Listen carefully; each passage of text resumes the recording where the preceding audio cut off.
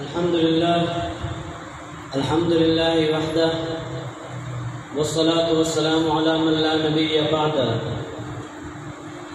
أما بعد أعوذ بالله من الشيطان الرجيم بسم الله الرحمن الرحيم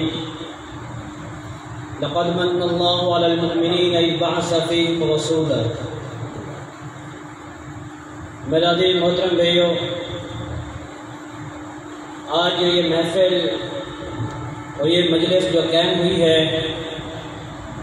اس مجلس کا جو مقصد ہے، آج ہم سب جو یہاں جمع ہوئے ہیں، یہ صرف اور صرف اس لیے ہم جمع ہوئے ہیں کہ ہم کل قیامت کے دن آپ علیہ السلام کے شفاعت کے حقدار بن جائیں.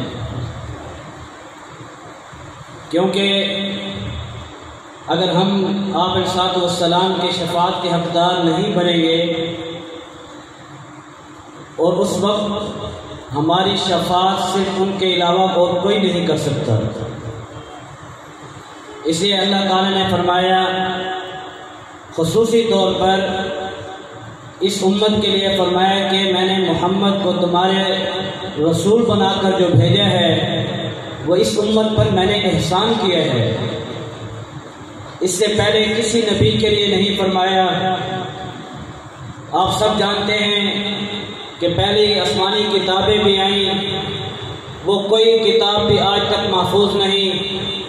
پہلے جتنے پیغمبر ہیں ان کی کوئی شریعت محفوظ نہیں، لیکن آپ علیہ السلام کی کتاب بھی جو اللہ نے کتاب دی وہ بھی آج تک محفوظ ہے، قیامت تک محفوظ رہے گی.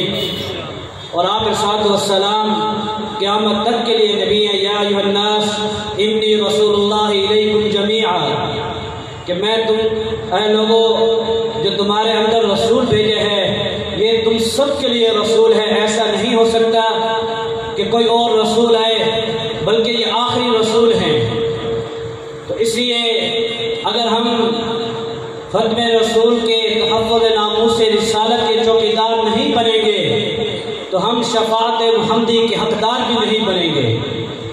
آج سب سے زیادہ حقدار وہی ہوتے ہیں جو اپنے مالک کے قریب ہوتے ہیں، جو اپنے مالک کی ہر بات مانتے ہیں، اس کے مال کی، اس کی جان کی حفاظت کرتے ہیں. آپ علیہ السلام کی آج ہم ان کے ساتھ تو نہیں ہیں، لیکن ان کے مال کی حفاظت،